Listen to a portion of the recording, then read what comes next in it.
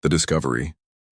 The twin suns of Kepler-7 cast long shadows across the rust-colored wasteland as Kai Volkov guided his salvage crawler through the canyon maze. 28 years old and weathered beyond his age, he'd spent the last 6 years fixing broken things on this forgotten mining outpost. Ships, equipment, and occasionally the shattered dreams of prospectors who'd bet everything on finding rare minerals in these desolate rocks. His workshop sat like a metallic tumor on the planet's surface, surrounded by the skeletal remains of long-dead machinery. Most days, Kai preferred the company of circuits and hydraulics to the handful of other humans scattered across the outpost. Machines were predictable. They broke in logical ways and could be fixed with patience and the right parts. People were messier. The distress beacon had been pinging for 3 days before Kai finally decided to investigate. Corporate protocol dictated that all crash sites be reported immediately to the mining consortium. But Kai had learned that corporate help usually meant corporate ownership of whatever they found. Sometimes it was better to take a look first. The crashed vessel lay twisted in a narrow gorge, its hull split open like overripe fruit. Strange, Kai thought as he approached on foot. The design wasn't human, too organic, with flowing curves that seemed almost grown rather than built. But the restraint systems inside were definitely human-made, crude shackles and containment fields that spoke of cargo rather than passengers. That's when he heard it, a weak rhythmic tapping from within the wreckage. Kai squeezed through a gap in the hull, his flashlight cutting through the darkness. The tapping stopped.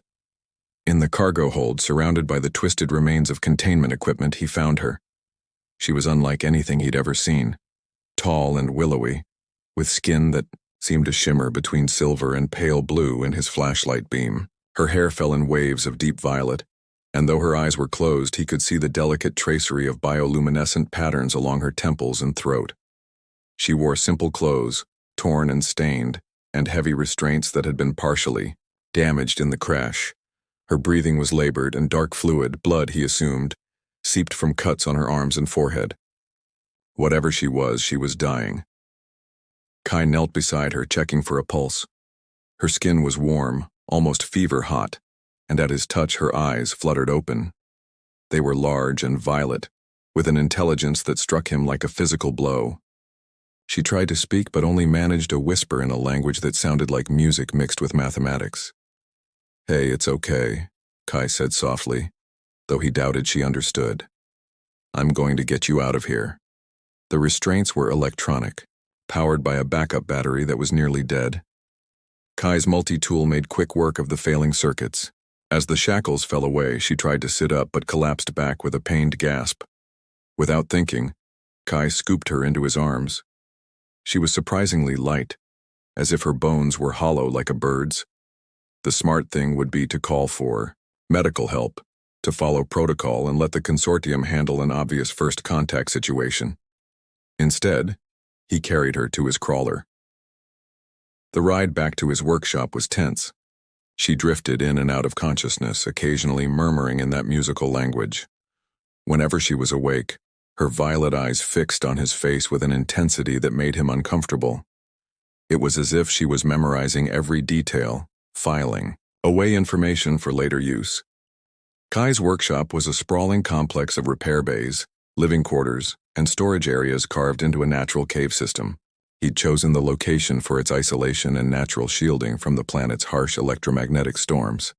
Now, that isolation might be the only thing keeping his mysterious guest alive. He laid her on his medical scanner, a piece of mining equipment repurposed for treating the inevitable injuries that came with frontier life. The results were confusing. Her biology was clearly alien, but there were enough similarities to human physiology that basic medical supplies might help. Her major organs were failing, probably from dehydration and malnutrition. For the next several hours, Kai worked with desperate efficiency, setting up an IV drip, cleaning and bandaging her wounds, and monitoring her vital signs on his improvised medical setup. She slept through most of it, but whenever she woke, those violet eyes sought his face with what looked almost like gratitude. As the local night fell and Kepler-7's twin suns disappeared beyond the horizon, Kai finally allowed himself to rest. He'd done what he could with his limited supplies, Now he could only wait and hope that his impulsive act of mercy wouldn't prove to be futile. He fell asleep in his workshop chair, one hand still monitoring her pulse. In his dreams he heard music, complex harmonies that seemed to resonate in his bones, and saw colors that had no names in any human language. When morning came, everything would begin to change. The learning Kai woke to the sound of his coffee, maker brewing, which was impossible since he hadn't set the timer. Sunlight streamed through the workshop's reinforced windows, and for a moment he forgot about his mysterious patient. Then he saw her sitting up on the medical table, watching him with those luminous violet eyes. She looked significantly better. The pallor had left her skin, which now held a subtle iridescent quality like pearl, and the cuts on her face had healed to thin silver lines. Most remarkably, she was humming, the same mathematical music he'd heard in his dreams. "You're awake," Kai said, sitting up slowly to avoid startling her. "How do you feel?" She tilted her head, studying his mouth as he spoke. Then, in a voice like wind chimes, she repeated, "You're awake. How feel?" Kai's breath caught. "You can speak, you understand me?" She considered this, her brow furrowing in concentration. "Speak. Understand." She touched her throat, then pointed to him. "Learning. Your sounds. Your patterns." The words came haltingly, but her pronunciation was already improving as she spoke.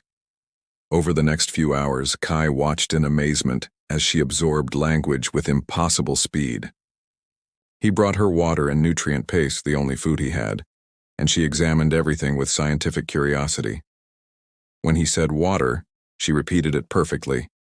When he demonstrated drink, she not only copied the word, but understood its application to other liquids as well. "I am grateful," she said by midday, the sentence flowing more naturally. "You saved me. I was dying?" "Yes," Kai confirmed. "What's your name? Where are you from?" She was quiet for a long moment, her hands tracing patterns in the air that left brief trails of pale blue light. "Name? Zara. I am from far, very far." She gestured toward the ceiling. The star streams beyond counting. That afternoon, Kai showed her around the workshop while she recovered her strength. Her fascination with his equipment was immediate and intense. She approached each machine like a scholar examining ancient texts, running her fingers along their surfaces with reverent care.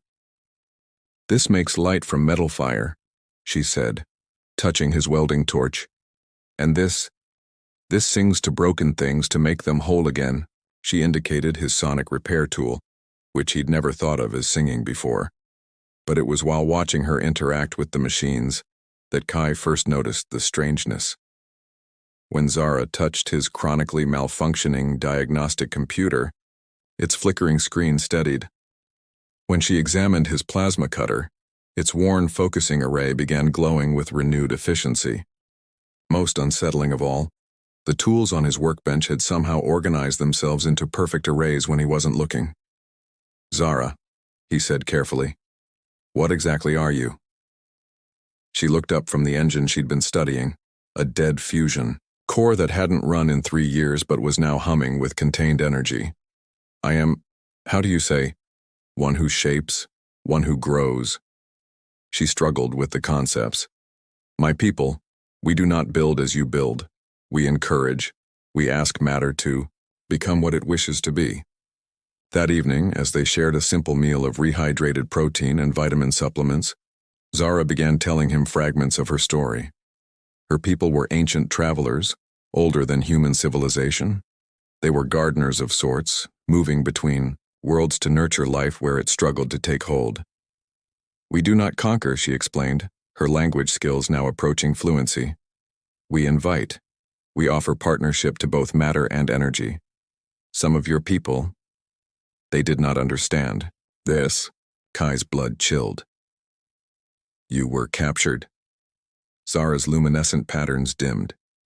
"Taken. Caged. They wanted me to force growth, force change. But forced growth is cancer. and forced change is destruction. I would not help them harm worlds. She touched the fading marks where the restraints had been, so they starved me, hoping hunger would break my will. Who were they? Pirates? Corporate raiders?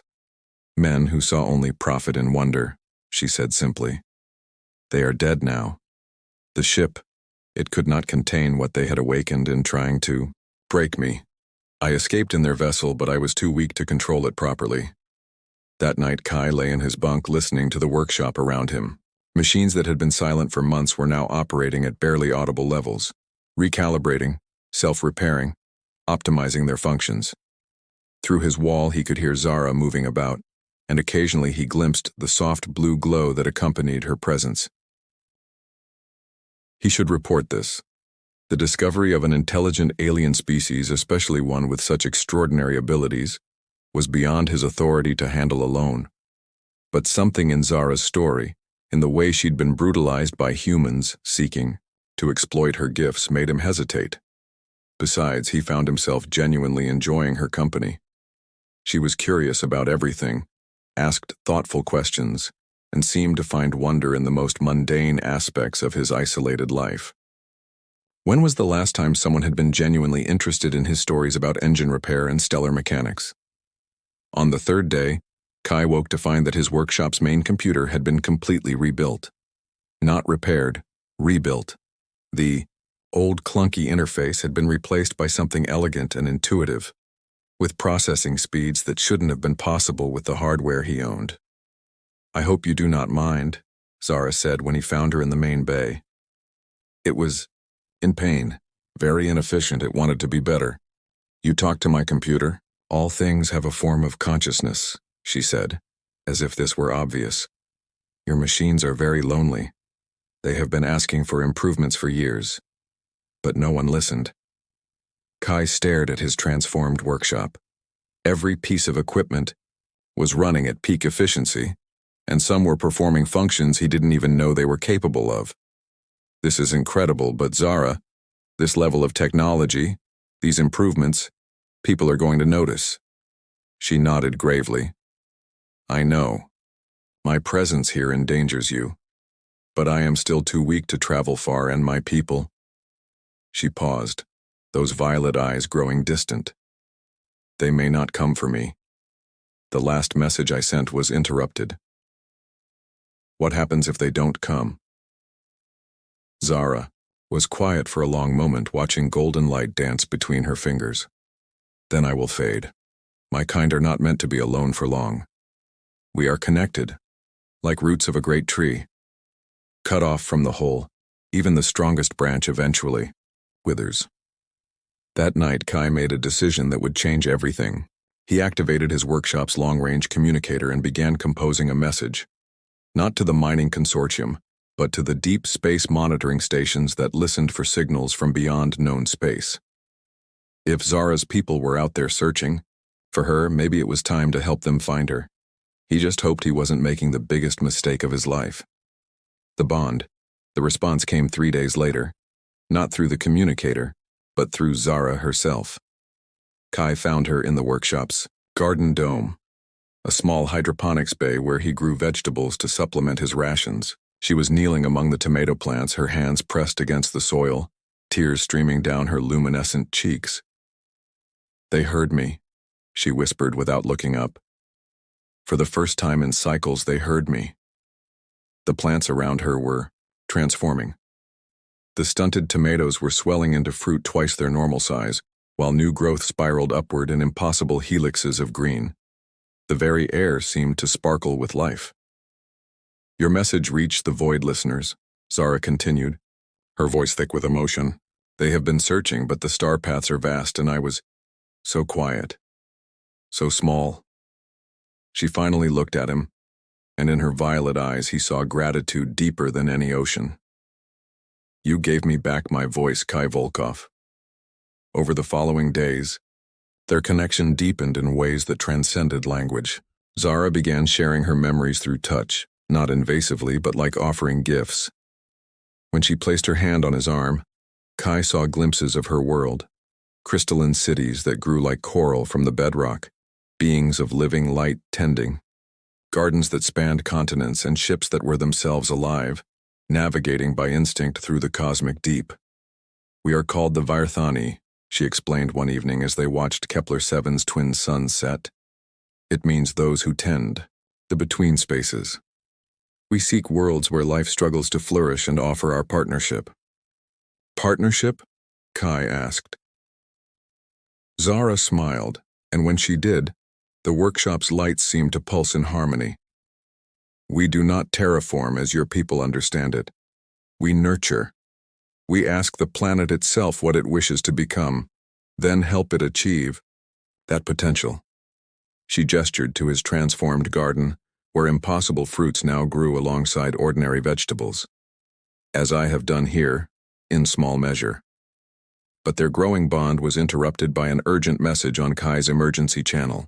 Marcus Webb, the mining consortium's security chief, was requesting an immediate inspection of all outpost facilities. Satellite scans have detected unusual energy signatures from your sector. Webb's voice crackled through the comm. Standard, security sweep. We'll be there in 2 days. Kai's blood turned to ice. Webb was notorious for his thoroughness and his complete lack of mercy when it came to violations of corporate policy. If he found Zara, I have to hide you, Kai said. But Zara was already shaking her head. No more hiding, she said firmly. I have been caged, starved, and treated as property. I will not cower again. Her patterns flared brighter.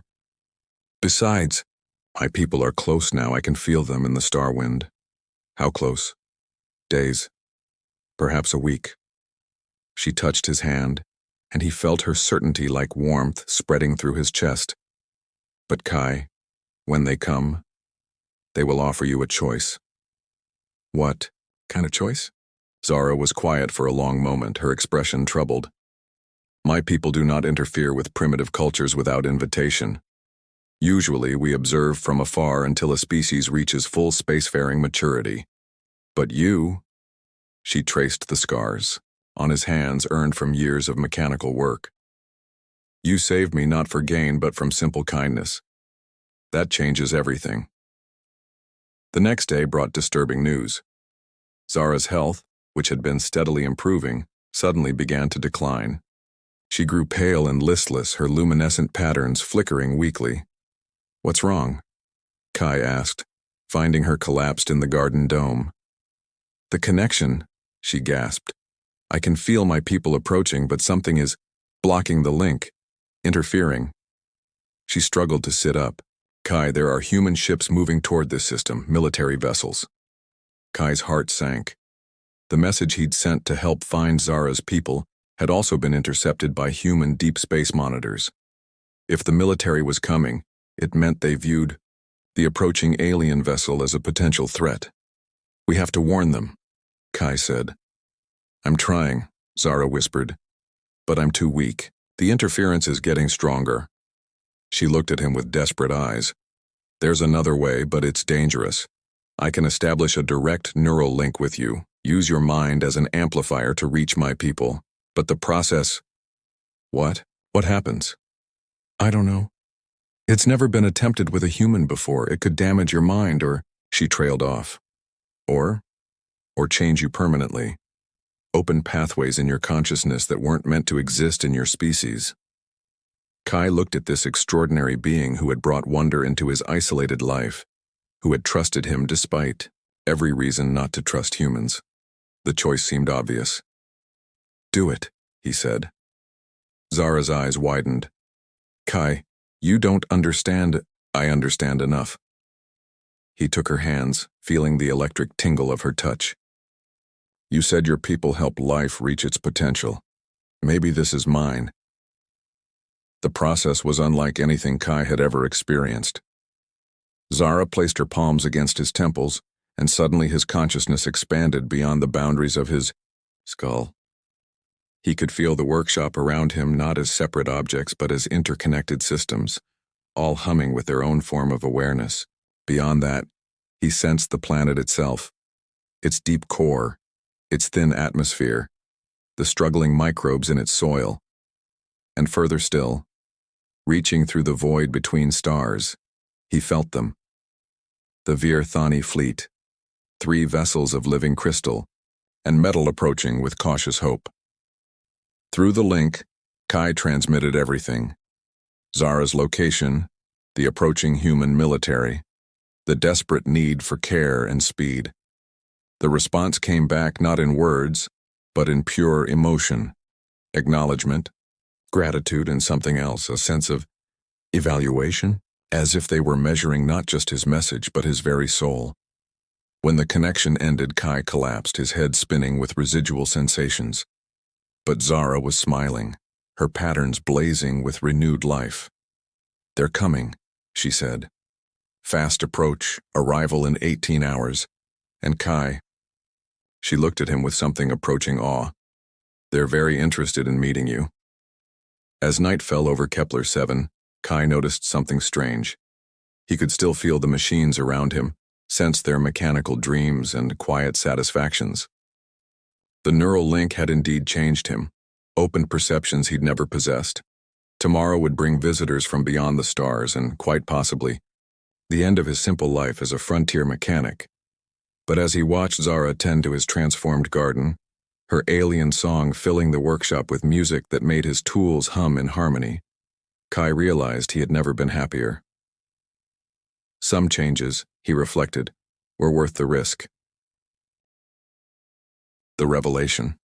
The human fleet arrived first.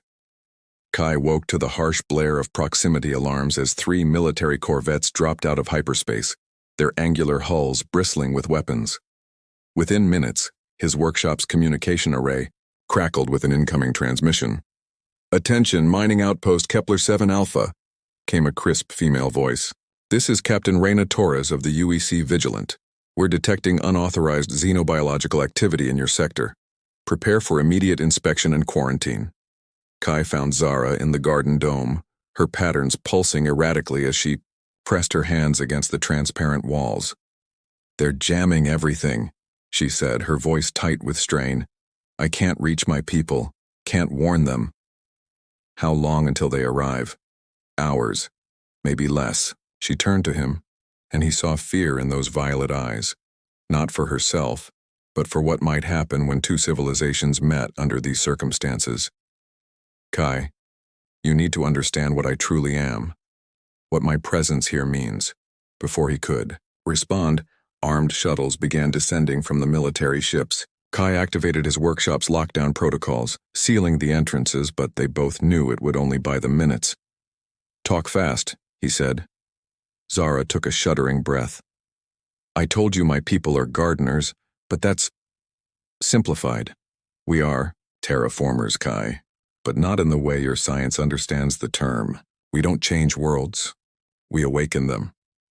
She gestured to the garden around them, where impossible plants now grew in spiraling patterns that seemed to pulse with their own heartbeat. Every world has a potential, a perfect form it could achieve, if given the right encouragement. We help planets become what they dream of being. "And you can do this to any world?" "Any world with life, yes. Even the smallest spark of microorganisms can be nurtured into something magnificent." Her patterns dimmed with sorrow. "That's why I was captured. Human corporations learned of our abilities through intercepted communications. They wanted to use me to create instant agricultural worlds, to force barren planets into productivity." The workshop shuddered as magnetic clamps attached to the outer hull. Through the walls, Kai could hear the whine of cutting tools. "But there's more," Zara continued urgently. "My people have protocols, ancient laws about contact with younger species. We're forbidden from directly interfering with worlds inhabited by sentient life, unless invited by an act of pure compassion." Kai's breath caught. "My saving you constitutes such an invitation, yes. You risked your life, your freedom, your entire way of existence to help a being you'd never met. That act of selfless kindness gives my people the right to offer this world a gift."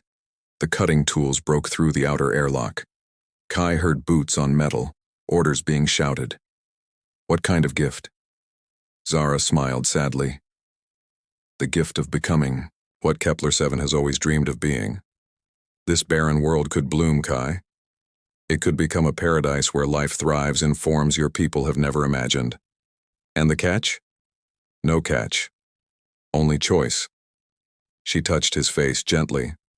My people would offer this gift to humanity freely, but they would also expect humans to act as partners, not conquerors, to tend the new world responsibly. The inner airlock exploded inward. Armed soldiers in environmental suits poured through, weapons raised. Captain Torres followed, her face grim behind her helmet's visor. Step away from the alien, Mr. Volkov, she commanded. You're both under arrest for violation of the xenobiological contact protocols. Wait, Kai said, raising his hands. You don't understand? I understand perfectly. Torres gestured to her soldiers, who began setting up containment equipment. You've made unauthorized contact with a potentially hostile alien entity. The creature will be transferred to a research facility for interrogation and study. Her name is Zara, Kai said fiercely. She's not a creature, and she's not hostile. That remains to be determined. Torres looked around the transformed workshop with obvious suspicion. The technological improvements here suggest the alien has been attempting to subvert human equipment. Standard procedure for dealing with infiltration scenarios. Zara stepped forward, her patterns blazing with contained power. Captain Torres, she said, her voice carrying harmonics that made the metal walls resonate. I am Zara of the Virthani, and I come in peace, but I will not be caged again. The lights in the workshop began to flicker, and Kai felt the machines around them stirring to life. His enhanced perception, still active from the neural link, showed him the truth. Zara wasn't threatening them. She was protecting them. Every piece of equipment in the workshop was preparing to form a barrier between the humans and any potential violence. You're making a mistake, Kai said desperately. Her people are coming. They're peaceful, but if they find her imprisoned, let them come. Torres checked her weapon. Humanity doesn't negotiate from positions of weakness. That's when the sky changed. Through the workshop's transparent dome, they all saw it. Reality itself seemed to ripple, and then 3 ships materialized. In Kepler-7's orbit, they weren't built so much as grown, crystalline structures that seemed to breathe with inner light, their surfaces flowing like liquid while maintaining impossible geometric perfection.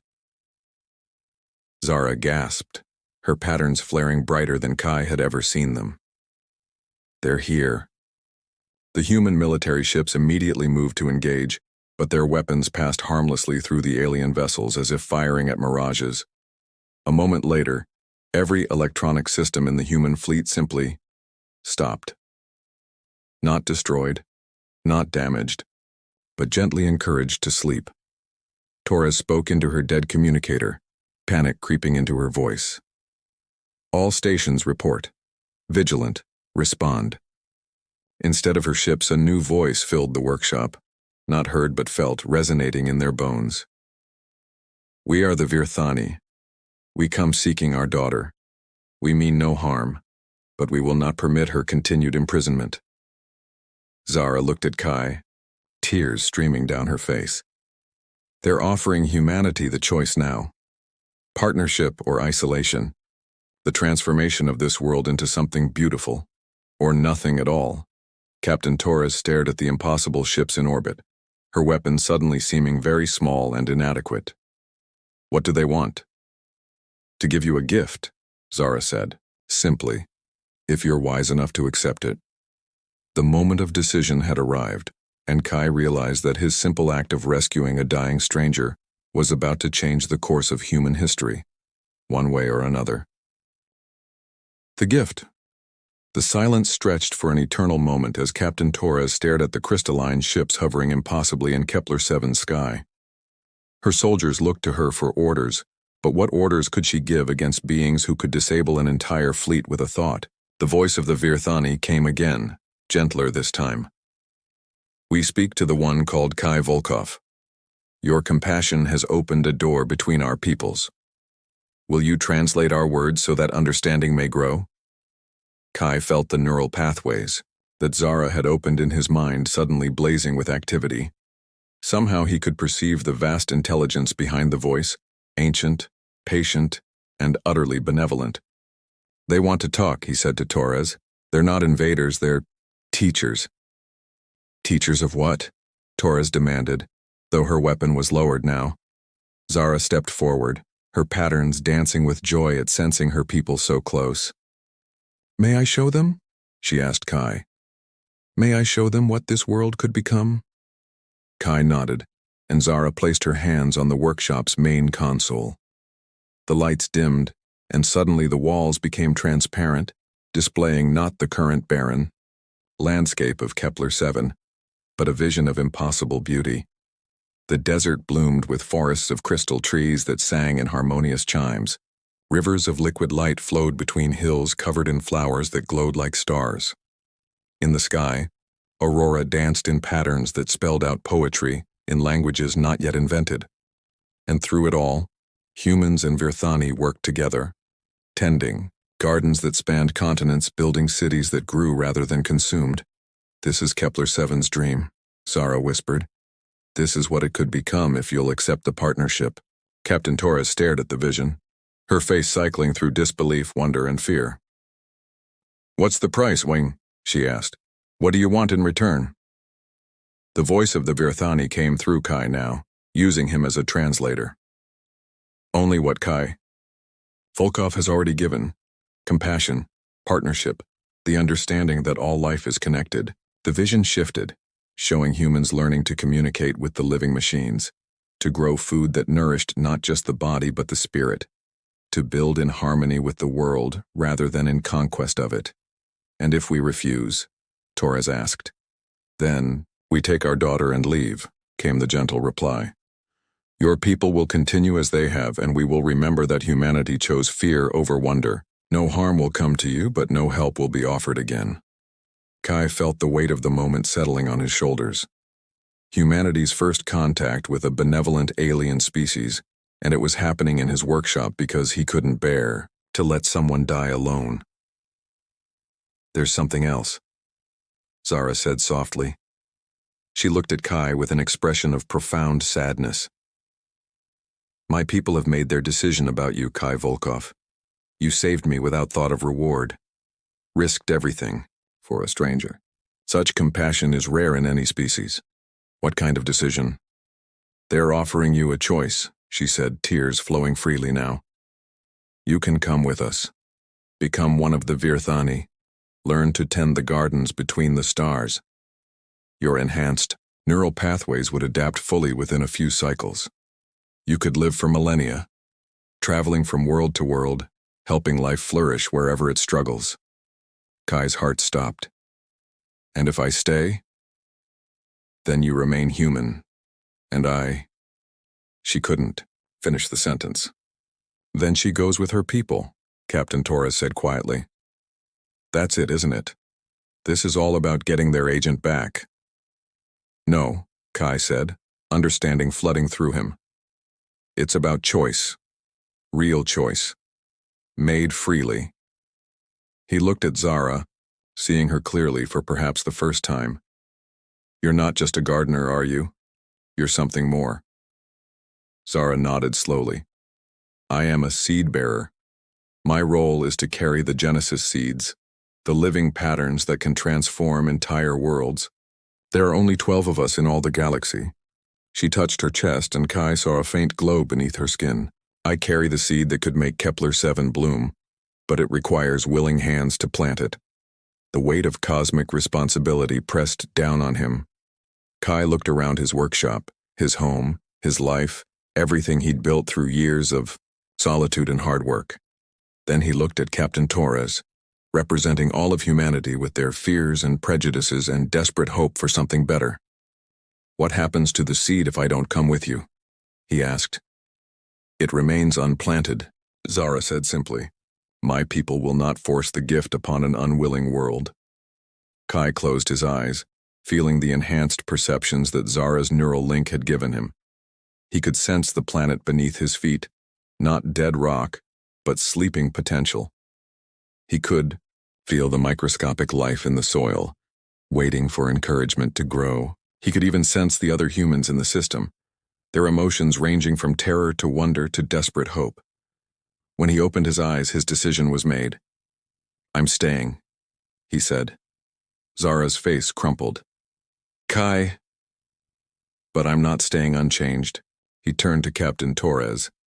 The seed needs willing hands to plant it. Human hands. Are you willing to trust me with the future of this world? Torres stared at him for a long moment. Around them, her soldiers waited for orders that could determine humanity's fate. Finally, she keyed her communicator, somehow functional again. This is Captain Torres to all ships. Stand down. We're going to try something new.